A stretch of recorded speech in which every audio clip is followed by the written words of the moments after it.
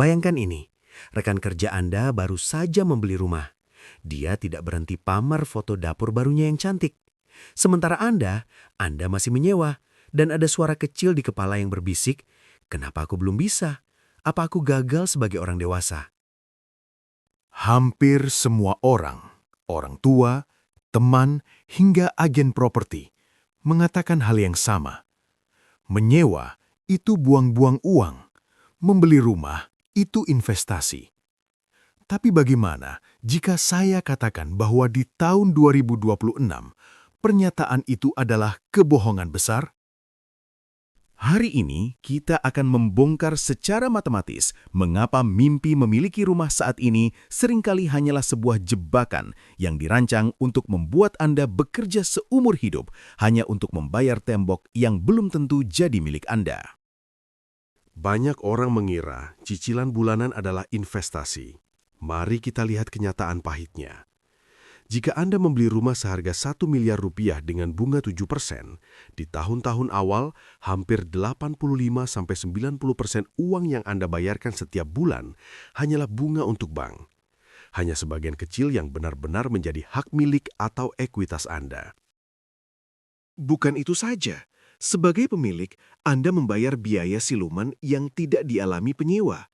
Pajak properti, asuransi yang harganya naik lebih cepat daripada inflasi, dan biaya perawatan. Aturan dasarnya adalah Anda harus menyiapkan 1% dari nilai rumah setiap tahun hanya untuk perbaikan.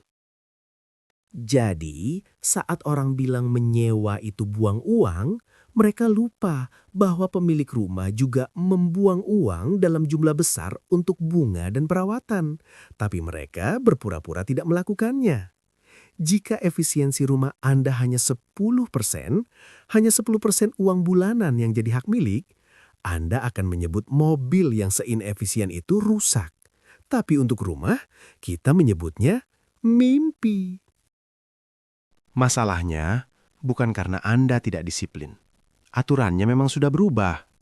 Saat orang tua kita membeli rumah, biayanya mungkin hanya 20% dari pendapatan mereka.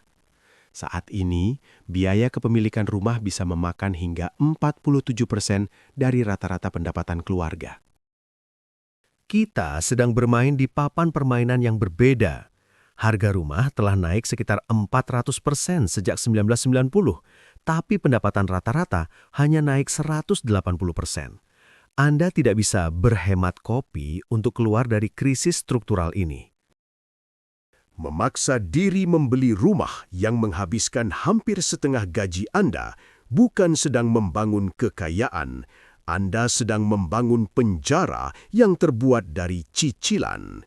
Satu kali kehilangan pekerjaan dan bank akan mengambil semuanya, tidak peduli berapa banyak ekuitas yang sudah Anda kumpulkan.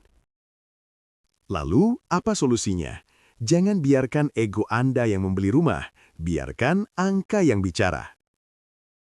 Kemenangan finansial sejati adalah memiliki margin atau jarak dalam anggaran Anda.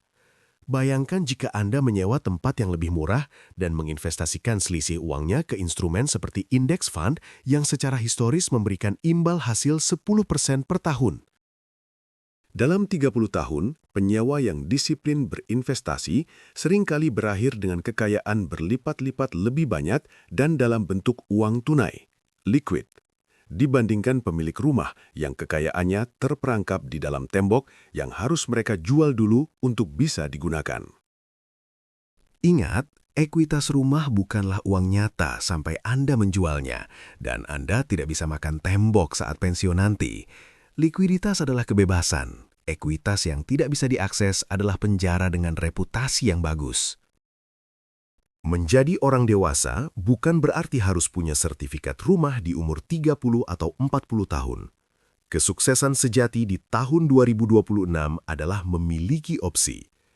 Opsi untuk pindah kota demi peluang kerja yang lebih baik, opsi untuk berhenti dari pekerjaan beracun karena Anda punya tabungan di bank, dan opsi untuk tidur nyenyak tanpa cemas memikirkan biaya atap yang bocor. Jangan membeli rumah karena tekanan sosial atau rasa malu. Kekayaan sejati itu seringkali tidak terlihat. Dia duduk diam di akun investasi Anda, memberikan ketenangan yang tidak bisa diberikan oleh dapur mewah manapun. Jika video ini membantu Anda melihat rumah dan uang dengan cara yang berbeda, klik subscribe dan bagikan ini kepada teman yang mungkin sedang stres merasa tertinggal. Berhentilah mengejar fatamorgana. Mulailah membangun masa depan yang nyata. Sampai jumpa di video berikutnya.